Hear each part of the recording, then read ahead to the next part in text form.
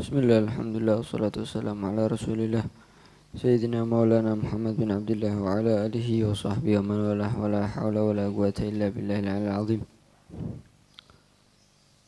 Setelah selesai membahas wasailu thaharah, alat-alat untuk bersuci, yaitu daripada air, kemudian turab, debu, batu istinja, dan alat samak untuk menyamak kulit.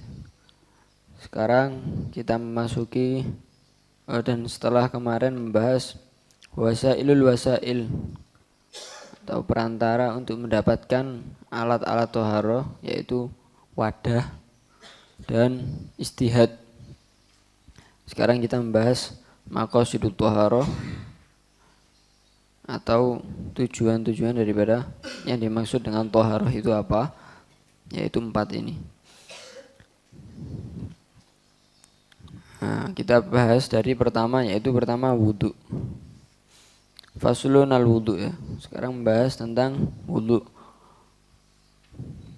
Al-wudhu lughatan, wudhu itu secara bahasa Arab, kalau tanpa melihat istilah syariat ya, itu artinya wudhu itu yaitu ismun li ghasli ba'dil a'dha, yaitu nama untuk membasuh sebagian anggota badan, walaupun tanpa niat, walaupun secara bahasa cuci tangan.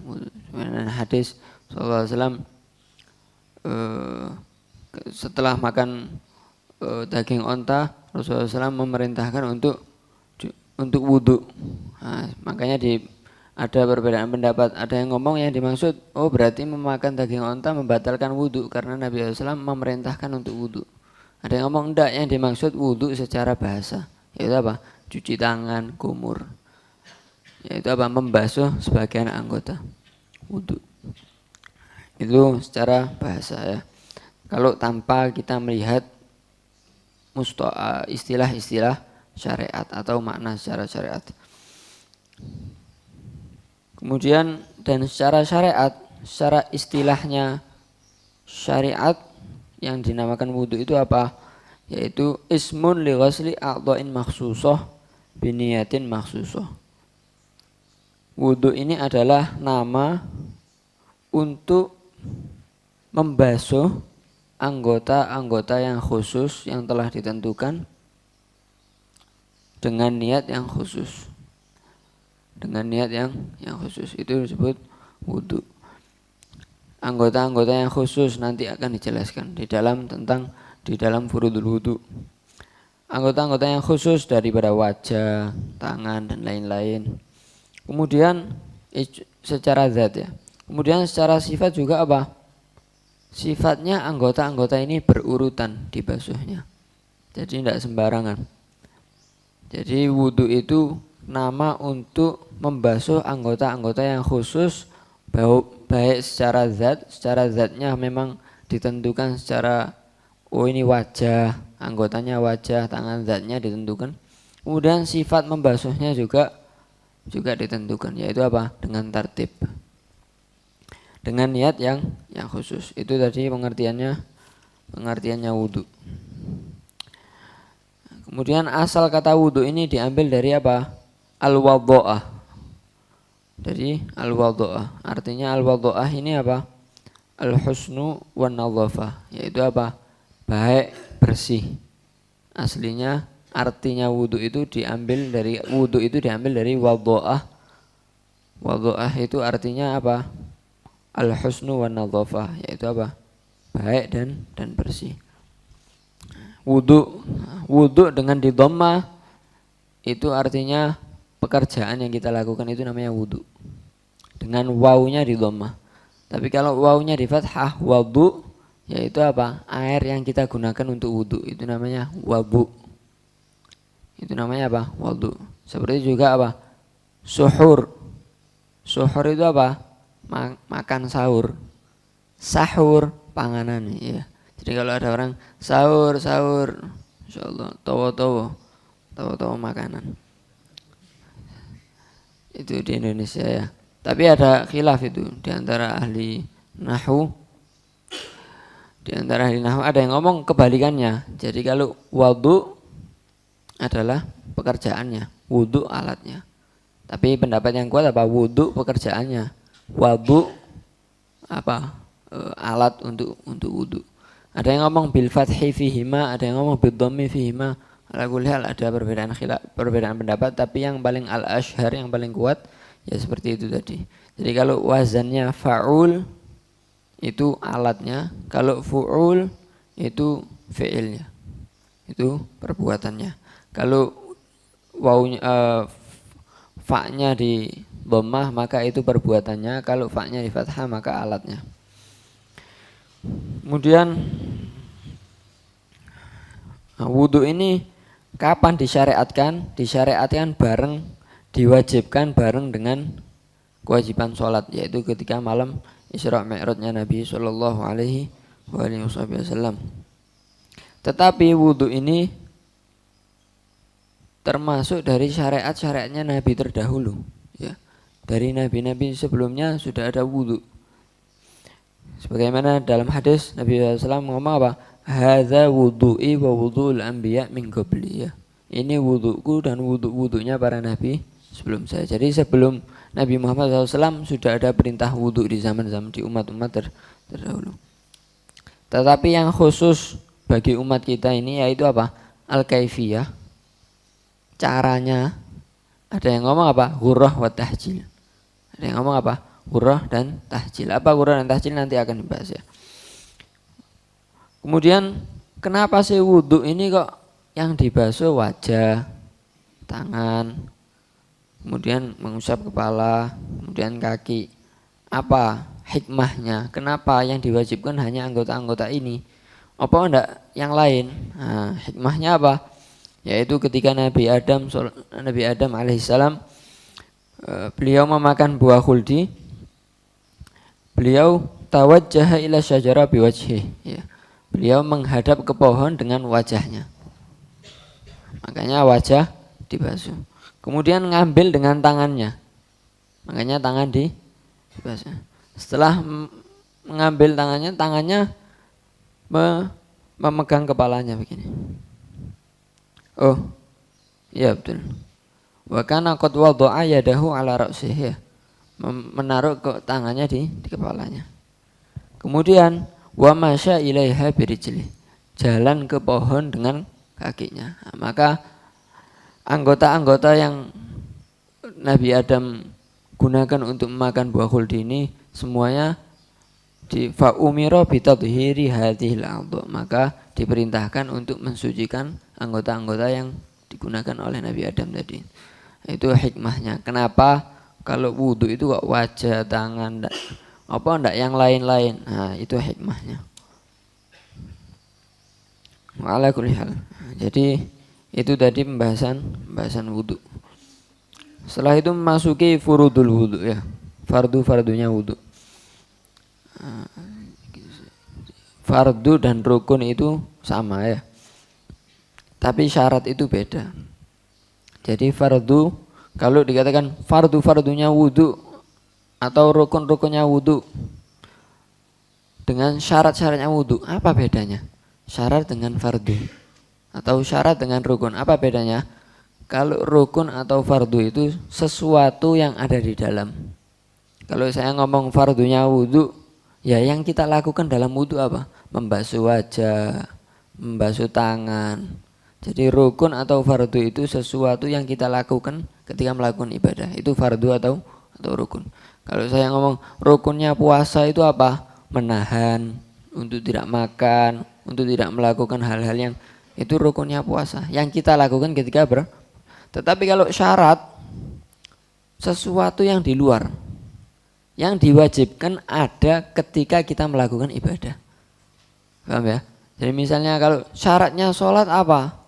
Harus menutup aurat. Apakah menutup aurat termasuk sholat? Bukan bagian daripada sholat. Tetapi harus ada ketika kita melakukan sholat. Itu perbedaan rukun dengan syarat. Jadi kalau rukun itu amrun dakhili, apa ya? Perkara yang ada di dalam. Tapi kalau syarat, perkara yang ada di luar yang harus ada ketika kita melakukan. Itu perbedaan. Makanya dalam syair apa? Ar-ruknu juz'udz dzati wasyartu kharaj. Rukun itu juz'udz dzat, juz'un minadzat. Wasyartu kharaj. Wasyartu kharaj. Itu tadi perbedaan fardu dengan fardu atau rukun dengan syarat. Nah, ini kita membahas fardu-fardunya wudu. Berarti apa yang kita bahas? Apa yang kita lakukan ketika berwudu? Yang di dalam. Fardu-fardunya wudu ada berapa? Ada 6. Ada 6 semuanya. 6 ini 4 rukun, 4 fardu diambil daripada Al-Quran, 2 daripada hadis Nabi Shallallahu Alaihi Wasallam. Yaitu apa? Yang dari hadis, niat dan tartib.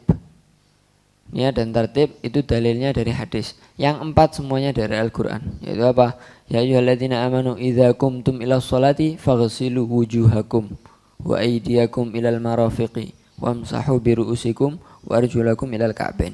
Itu 4 dari Al-Quran, yang lain dari hadis Nabi SAW.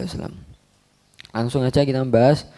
Pertama, fardunya wudu yang pertama yaitu apa? Niat. Yaitu apa? Niat. Kenapa? Karena hadisnya Nabi SAW, innamal a'malu bin niat.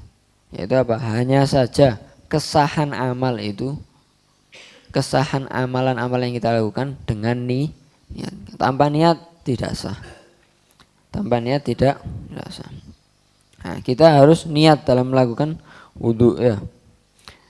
Kemudian niat ini ada beberapa hal yang berhubungan dengan niat yang perlu kita bahas ya. Jadi ada beberapa hal yang berhubungan dengan niat, yaitu ada 7 hal. Yang pertama apa? Yang terkumpul dalam satu bait. Haqiqatun hukmun mahallun wa zaman. Kaifiyatun syartun wa maksudun hasan. Yang pertama haqiqatun, hakikat niat atau pengertian niat itu apa sih? Niat itu qasdus syai'i muqtarinan bi fi'li. Yaitu apa? Bertujuan melakukan sesuatu berbarengan dengan melakukan. Itu namanya niat. Tetapi kalau bertujuan tapi taroho, telat, tidak langsung melakukan, itu namanya azm, bukan niat. Ya? Jadi niat itu yang berbarengan. Jadi ketika mau sholat ya pas awal sholat sambil niat. Itu namanya. Bukan sebelum sholat saya niat mau sholat ya, terus takbir tanpa niat. Jadi niat itu yang berbarengan, itu namanya niat. Maka yang kita lihat ya, semua amalan-amalan yang perlu niat ya, niatnya di awal ibadah berbarengan dengan wudu ya, ketika pas membasuh wajah, pas ketika apa, air menyentuh ke wajah pertama, yaitu tempatnya niat di wudu. Sholat ketika awal takbir dan lain-lain. Kecuali puasa itu dari subuh, tapi kita niatnya wajib malam. Kalau puasa wajib tidak berbarengan dengan awal ibadah. Kenapa? Karena sulit. Karena terlalu sulit ngepaskan untuk subuh. Ngepaskan subuh bisa. Azan itu setelah masuk waktu subuh, telat nanti. Kalau nunggu azan telat. Jadi apa? Sulit kan? Akhirnya wajib tabyitun niyah atau wajib menginapkan niat. Dan bahkan sebagian ulama ngomong niatnya puasa itu sebenarnya bukan niat namanya, tapi azm.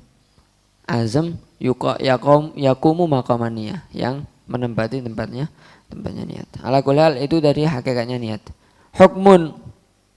Hukumnya niat ya apa? Al-wujub ghaliban. Hukumnya wajib, biasanya wajib. Di semua ibadah yang kita lakukan hampir semua hukumnya sholat wajib, wudu wajib. Tapi ada niat yang sunnah, ada ya. Yaitu apa? Li ghasilil mayyit, bagi orang yang memandikan jenazah. Hukumnya apa? Sunnah. Kenapa? Khurujan minal khilaf. Tidak wajib. Kemudian hakikatun hukmun mahallun, tempatnya di mana? Hati. Mahalluha al-qalb ya. Jadi bukan diucapkan niat itu. Bukan yang kita ucapkan itu niat, tapi sunnah. Sunnah kita ucapkan. Tapi yang namanya niat itu yang di hati ya. Yang ketiga, yang terlintas ada di hati ketika melakukan ibadah, itu namanya niat. Kemudian wazaman, waktunya kita niat itu kapan? Waktunya kita niat itu inda awalil ibadah, ketika awal melakukan ibadah, seperti tadi ya, ketika awal melakukan ibadah. Kecuali puasa, karena puasa sulit. Kemudian kaifiyatun, caranya niat ya berbeda-beda. Setiap ibadah beda. Kalau sholat ya usolli, apa yang wajib ghusl fi'il dan lain-lain. Itu nanti ya setiap bab ada caranya masing-masing, beda-beda niatnya. Kemudian kaifiyatun syartun, syarat-syaratnya niat. Nah, syarat-syaratnya niat. Jadi niat ini ada syarat-syaratnya supaya niat kita dianggap. Yaitu ada beberapa syarat ya. Yang pertama apa? Syaratnya niat Islamun nawi. Hendaknya orang yang niat ini Islam. Kalau tidak Islam maka tidak sah niatnya. Jadi makanya setiap ibadah yang dibutuhkan niat tidak sah orang kafir melakukan ya. Tidak sah orang kafir. Misalnya ada orang kafir dia wudhu. Apakah sah? Tidak sah ya. Kenapa? Niat syaratnya harus Islam. Maka semua ibadah yang perlu niat maka harus Islam ya. Kemudian harus tamyiz. Kalau anak kecil yang belum tamyiz maka tidak sah niatnya. Tamyiz itu apa? Ada beberapa pendapat. Yang paling kuat apa? Hendaknya dia bisa makan sendiri, minum sendiri, bisa istinja sendiri. Itu tamyiz. Kemudian syarat yang ketiga, syaratnya niat apa? Wa ilmuhu bil manwi. Hendaknya dia mengetahui secara global, walaupun secara global ya, mengetahui apa yang dia niati. Saya niat sholat ya, tidak rublas sholat ini ya apa yang dilakukan tidak paham. Pokoknya saya niat sholat sudah ikut, tidak boleh, tidak sah ya, harus paham walaupun secara. Ini mungkin banyak juga kadang-kadang apa? Haji mungkin ya, haji atau umroh tidak paham blas. Pokoknya melu-melu disuruh niat, nawaitu niat. Cuma kadang-kadang tidak paham. Nah ini bisa tidak sah, nanti bahaya. Harus paham walaupun secara global. Kemudian hendaknya apa? Harus apa? Jazm biniyah ya. Harus mantep. Tidak boleh setengah-setengah. Ditaklik misalnya niatnya. Zaid, kalau Zaid datang saya niat wudhu.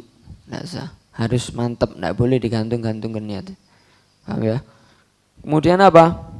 Wa adamul ityan bima yunafiyah. Hendaknya tidak melakukan apa yang menafikan niat. Misalnya apa? Murtad. Waliyadzubillah min dzalik. Setelah niat murtad, batal niatnya, rusak. Atau misalnya apa? Melakukan sesuatu atau merubah niat. Merubah niat. Nah, itu bisa menghilangkan niat. Kemudian walhasil syarat-syaratnya ini tadi ya. Di sebagian kitab ada yang 5, ada yang 6, ada yang 4, berbeda-beda ya. Kemudian itu tadi syartun ya, syarat-syaratnya niat. Yang terakhir apa? Wa maksudun hasan. Dan tujuannya niat ini apa sih? Untuk apa kita diwajibkan niat? Tujuannya untuk membedakan antara adat dengan ibadat, kebiasaan dengan ibadah supaya beda. Ada orang punya kebiasaan membasuh wajah, kemudian setelah basuh wajah basuh tangan, kemudian basuh kaki. Loh ya apa membedakan kebiasaannya dengan wudhu? Kebiasaannya persis dengan wudhu. Apa yang membedakan niat? Kemudian juga bukan hanya membedakan antara adat atau kebiasaan dengan ibadat, tapi niat ini juga tujuannya membedakan antara bainal ibadat ba'duha bi ba'din ya. Antara ibadat itu sendiri juga dibedakannya dengan niat. Karena wudhu dan mandi misalnya, itu juga ada yang wajib, ada yang sunnah, semuanya ibadah. Tetapi apa? Dibedakannya dengan niat. Kalau niat mandi wajib ya jadinya wajib. Itu semuanya dibedakannya dengan niat. Itu tadi tujuan niat. Nah, selesai pembahasan niat. Kemudian fardu yang kedua yaitu apa? Ghuslul wajhi, membasuh wajah. Ghusl itu kalau kata-kata ghusl membasuh yaitu berarti airnya harus mengalir ya. Harus mengalir. Jadi tidak cukup kalau cuma basahi tangan kemudian diusap-usap begini. Nah, itu tidak cukup. Harus airnya mengalir. Kemudian yang dimaksud tidak harus membasuh. Walaupun bukan dirinya yang berbasuh, dibasuhkan orang, boleh ya. Yang penting dia diniatkan untuk wudhu, maka boleh. Nah, kemudian yang dimaksud wajah ini apa di sini? Yang dimaksud wajah itu apa? Yaitu wajah itu dari tempat tumbuhnya rambut ini, min manabiti sya'ri ra'si, dari tempat tumbuhnya rambut sampai ila muntahal lahyan, sampai dua rahang ini bagian bawahnya. Jadi yang nampak ini wajib kena ya, dan dagu semuanya sampai sini itu tulan panjangnya. Lebarnya dari telinga sampai telinga ini, dari telinga sampai ini. Dan wajib dilebihi sedikit. Ojo dipas, tidak bisa kan, ngepas kan sulit kan. Nah, maka wajib dilebihi. Nah, itu namanya hurrah. Itu namanya apa? Hurrah. Hurrah itu wajib. Wajib hukumnya. Yang sunnah itolatul hurrah. Nanti ada. Jadi hurrah itu hukumnya apa? Wajib. Wajib dilebihi. Telinganya wajib kena sedikit. Rambutnya juga wajib kena sedikit. Nah, maka yang ada di batasan ini semuanya wajib kena semua. Kulit ataupun rambutnya semuanya wajib kena. Jenggot, kumis ini semuanya, alis, semua bulu yang ada di bagian yang ditentukan tadi itu wajib dibasuh semua, zahir dan batin. Kecuali beberapa rambut ya. Yaitu apa? Ada beberapa bulu atau rambut di wajah yang tidak wajib dibasuh. Yaitu apa? Misalnya rambut yang kharaja an haddil wajhi, yang keluar dari batasan wajah. Yang keluar dari batasan wajah. Yaitu apa? Sekiranya kalau ditarik keluar dari jihati nuzuli apa ya? Dari arah turunnya dia. Misalnya kalau jenggot ya ke bawah. Nah, ini namanya yang kharaja ini. Nah, itu tidak wajib kita basuh batinnya kalau tebal. Apapun, tidak harus jenggot. Misalnya alis sampai keluar dari batasan wajah. Yang keluar ini bukan tipis, tebal. Sehingga apa? Nah, maka yang wajib dohirnya saja. Batinnya tidak wajib. Batinnya tidak wajib. Kemudian itu yang pertama. Yang kedua, yang kedua dan ketiga langsung jenggot dan aridan. Aridan itu mulai yang sejajar dengan setelah kuping ini ya. Nah, ini namanya aridan ya. Ini sampai bawah ini namanya aridan. Nah, yang di atas ini yang sejajar dengan telinga ini namanya idhar. Beda ya. Jadi yang aridan ini kalau tebel, arid dan lehya dan jenggot bagi laki-laki kalau tebel, seandainya tebel maka wajib dohirnya saja, tidak wajib sampai batin. Tidak wajib sampai batin.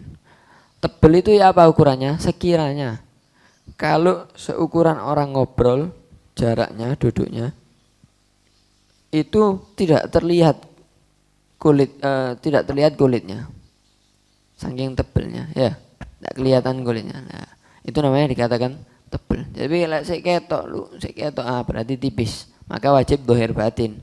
Tapi kalau tebel, sekiranya dilihat di antara dengan jarak yang biasanya orang ngobrol, tidak kelihatan kulitnya, maka tebel. Nah, kalau tebel wajib dohirnya saja bagi laki ya. Jenggot dan aridan. Aridan apa ini bahasanya? Tidak tahu. Jambang ya. Tapi kalau godek, nah ini wajib. Godek ini walaupun seandainya tebel, tetap wajib dohir batin. Godek ini ya. Termasuk yang perlu diingatkan kalau perempuan itu kadang-kadang godeknya ini panjang. Terus dilengkut ke belakang. Nah, itu walaupun panjang semuanya wajib itu. Wajib. Jadi kalau wudhu dikeluarkan ya, dikeluarkan. Jadi kadang-kadang tetap di sini akhirnya apa? Sebagian dari godek yang panjang itu tidak kena nanti. Bisa tidak sah wudhunya ya. Itu sering terjadi itu biasanya perempuan.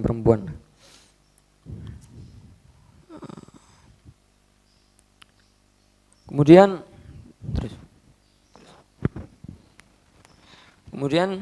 fardu yang kedua yaitu apa? Yang ketiga, ghuslul yadain. Membasuh kedua tangan ma'al mirfaqain beserta dua siku. Jadi membasuh sak sikunya dibasuh ya. Walaupun, nah ini tadi kalau wajah seandainya tempat tumbuh rambutnya, kan tadi katanya wajah itu dari tempat tumbuh rambut sampai sini. Seandainya tempat tumbuh rambutnya tidak normal ini, di sini lebih pendek, atau di sini, apakah berarti sampai sini wajahnya? Enggak. Tempat biasanya orang ya apa normalnya. Kupingnya misalnya di sini, berarti segini. Nah itu enggak.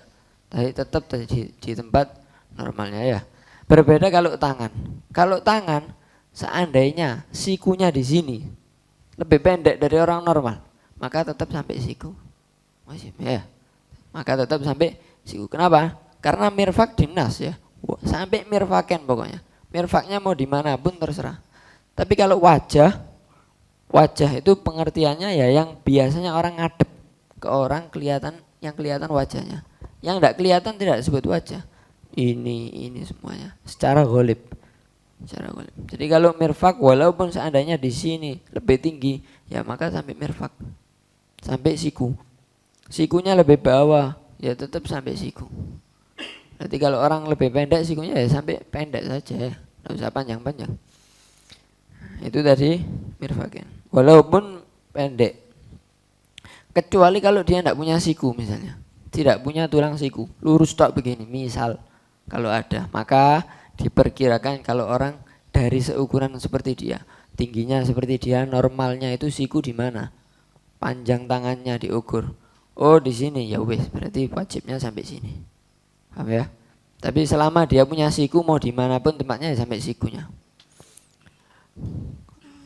Kemudian wajib membasuh apa yang ada di kedua tangan ini. Mau walaupun bulunya tebel nemen ini sampai tidak kelihatan kulitnya seandainya, maka tetap wajib sampai masuk. Tadi itu bulu itu hanya di wajah, itu pun hanya cuma beberapa ya, cuma beberapa jenggot, jambang dan yang keluar dari batas wajah.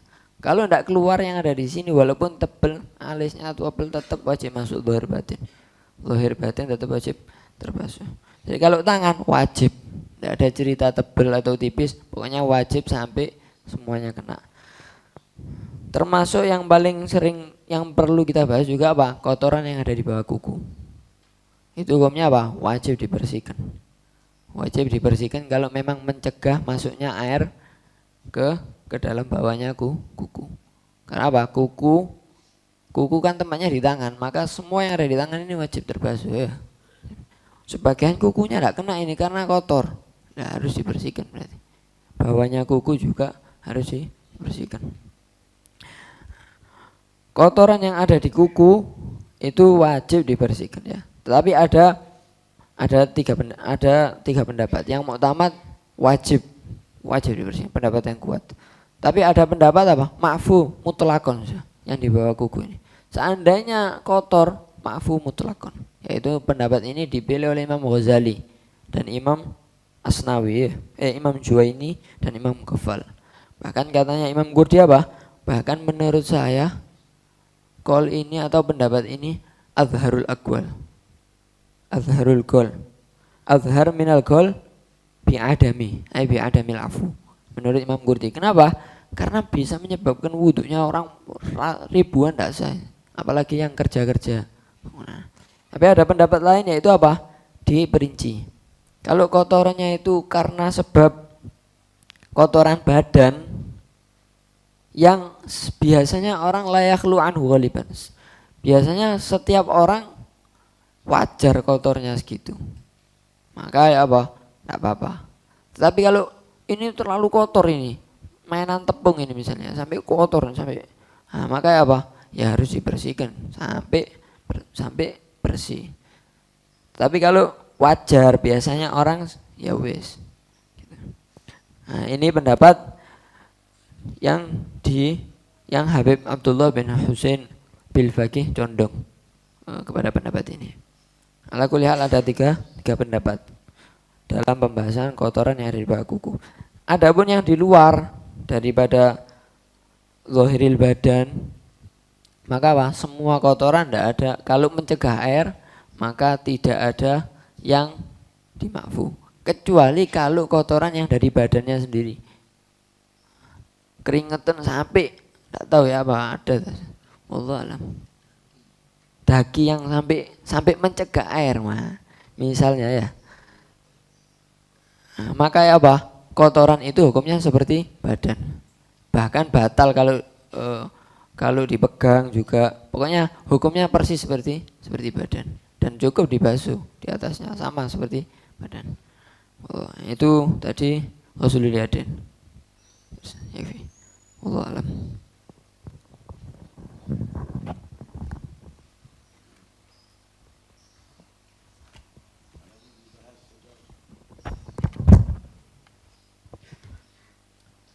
Terima kasih. Untuk masalah niat, apakah bisa tergambarkan seseorang secara sadar melakukan wudhu yang tidak sah niatnya, sehingga ada sebagian orang yang wudhunya atau niatnya diulang-ulang sampai basuhan wajah diulang-ulang karena niatnya belum pas atau belum sah. Terima kasih.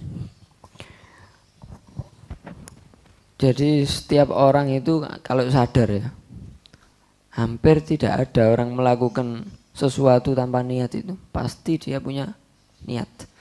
Itu sebagaimana yang dikatakan oleh Imam Ghazali. Imam Ghazali ngomong, tidak ada orang itu apalagi ngomong dengan kalimat yang tersusun dengan rapi tanpa niat. Jadi pasti ada niat. Ya tidak perlu was-was, karena memang gerakan hati itu lebih cepat daripada gerakan lisan. Jangan diperlambat, tambah. Nanti akhirnya jadi was-was. Nah, mungkin yang lebih diperhatikan apa? Syarat-syaratnya niat. Apa yang perlu kita? Jadi, kalau orang mau sholat duhur, ya ketika dia takbir, ditanya, dia takbir. Kemudian seandainya dia ditanyai, kan lapo? Ya saya mau sholat. Sholat apa? Sholat duhur. Duhur apa ini? Ya fardu duhur. Makanya ya berarti dia niat. Itu berarti dia melakukan dengan niat. Itu yang ana paham dari kalamnya Imam Ghazali. Mungkin wallahu alam mungkin ada. Ya, jadi bahasa hati tidak sama dengan bahasa lisan. Lisan itu menerjemahkan hati. Tapi kita enggak, kadang-kadang hati suruh bahasa lisan. Hatinya suruh bahasa lisan, enggak bisa. Bahasanya hati itu al-ghasad itu. Lisan membahasakan nawaitul wudu'a li raf'il hadatsil asghar. Lisan itu menerjemahkan bahasa hati. Lah kalau sudah menerjemahkan kan berarti sudah ada. Ya, kita ini mau balik. Hati suruh menerjemahkan lisan, ya nggak bisa, keliru. Ini jadinya was-was. Keliru, salah kaprah. Makanya katanya Imam Ghazali, orang was-was itu karena jahal bidin. Karena jahal ada dua, imma jahal bidin atau apa begitu. Syakun fiddin. Imma jahal atau syakun fiddin. Ada di. Jadi nggak ngerti agama, jahal atau syak. Syak itu ragu. Sekarang mau tanya, kira-kira sholatnya Nabi seperti ente gitu? Wuduknya Nabi hitung jam? Paham ya? Lah kalau Nabi mengajarkan begini, ente merasa kurang suci. Lah berarti kamu sudah ragu terhadap kebenaran agama. Jadi itu bukan berarti satu hal keyakinan, tapi itu justru keraguan terhadap agama. Kamu sudah meragukan, jangan-jangan nanti sholatnya Nabi tidak sah ini, sholatnya sahabat tidak sah ini, sholatnya Syafi'i nggak sah. Emangnya Imam Syafi'i seperti ente? Modelnya harus begitu, sahabat seperti begitu, wudhu sampai sumur entek.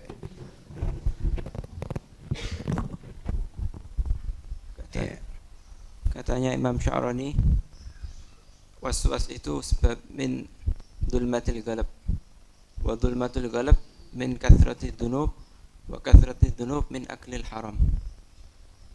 Katanya Imam Syafi'i.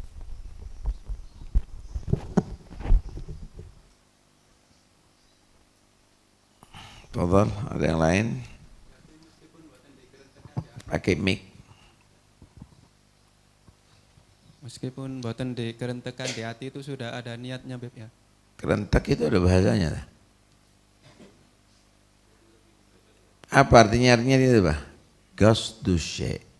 Ente punya tujuan, ente pergi ke kamar mandi, ngambil air untuk apa?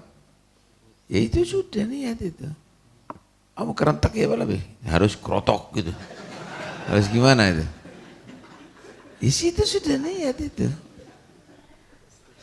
Itu sudah niat ya. Kita nih kadang-kadang membahasakan ya apa caranya. Ini lisan mau dibahasakan ke hati, jangan. Kamu membahasakan karena itu tidak disunnahkan talafut itu untuk apa? Untuk membantu hati. Sudah selesai. Lah kalau sudah ucapkan ya sudah pasti sudah. Tidak mungkin gitu loh. Paham ya? Ini warnanya apa nih baju saya nih? Coklat. Kemudian ada misalnya bikin kamu. Jangan-jangan putih itu. Kira-kira apa nih? Jahlun. Ini berarti jangan dituruti. Udah coklat. Putih ya balul kalau saya nuruti. Bodoh ya kalau saya nuruti. Jadi lawan itu semuanya. Nah itu bagaimana caranya untuk meninggalkan was-was? Gimana caranya untuk supaya tidak was-was? Ya dengan tarkul was-was. Meninggalkan was-was. Malah sebagian mereka harus dilanggar. Imam Ahmad bin Hasan al-Attas Ahmad bin Hasan al-Attas itu pernah satu orang was-was dalam najasah, dalam najis. Walhasil najis jalannya jinjit misalnya. Faham ya?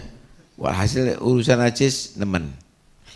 Akhirnya sama datang ke Pak anak nih minta sembuh dari ini gimana? Nurut sama anak nanti sembuh. Kalau enggak nurut tak sembuh.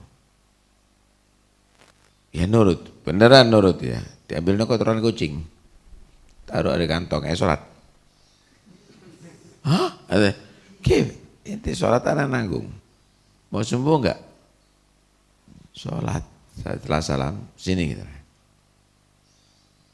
Ini kotoran kucing ada khilaf antara najis dan suci. Raudhu hayawani tohir ada menyatakan tohir. Tapi was-wasnya inti ijma' haram. Inti ngobati yang haram mujma' alaih dengan najis yang muhtalaf fihi. Kelas. Langsung waras. Nggak jinjit mana yang sudah.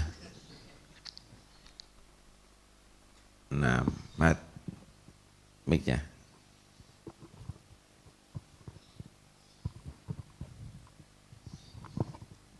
Orang yang was-wasnya parah, apakah boleh niat sholat itu sebelum sholat, sebelum takbir?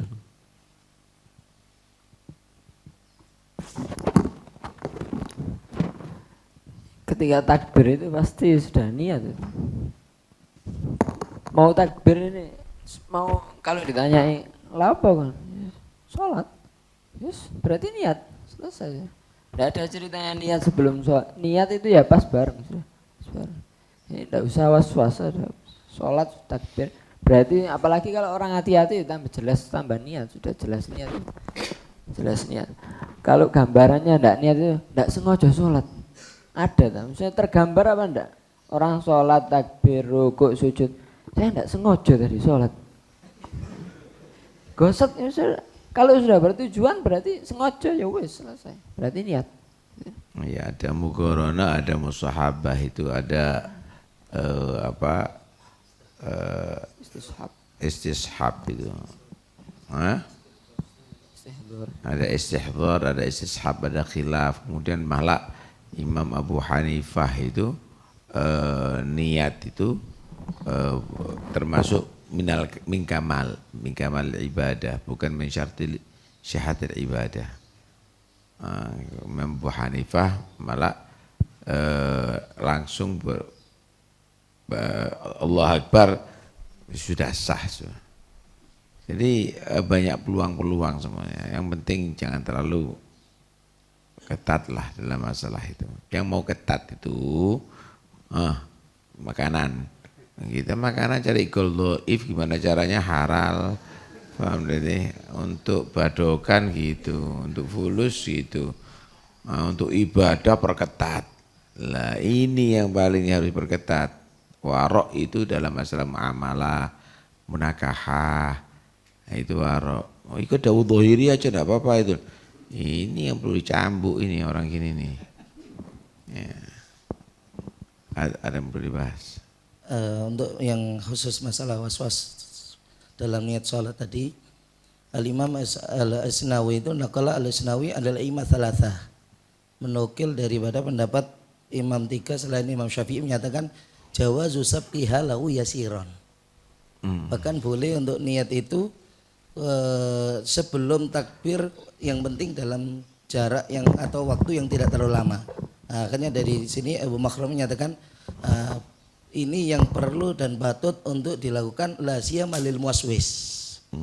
Khususnya bagi orang yang sangat was-was seperti itu. Kemudian untuk yang tadi perkataan Imam Al-Ghazali kan beliau mengatakan amrun niyah fil ibadah sahlun wa inna ma yata'assaru bisababil al-jahli bihaqiqatin niyah awil waswasah. Yang kadang-kadangnya menjadi kesulitan orang enggak tahu hakikatnya niat kayak tadi itu. Jadi menganggap harus ada talafut dengan hati, melafatkan dengan hati, pakai seperti bahasa lisan. Ini sebenarnya kan bukan demikian hakikatnya, tapi yang penting adalah qasad sengaja ngerjakan dan tahu tujuan.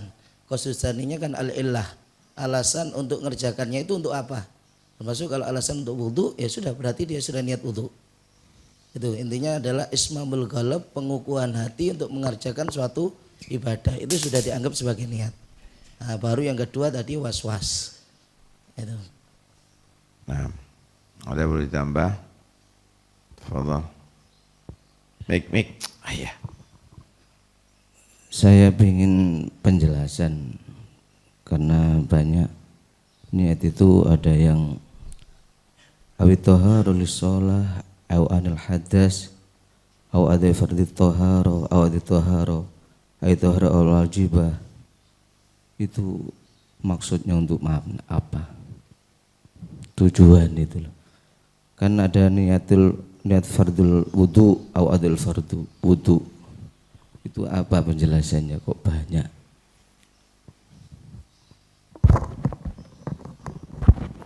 Ya, niatnya enggak harus saya mau wudu, enggak harus wudu. Saya mau mengangkat hadas boleh.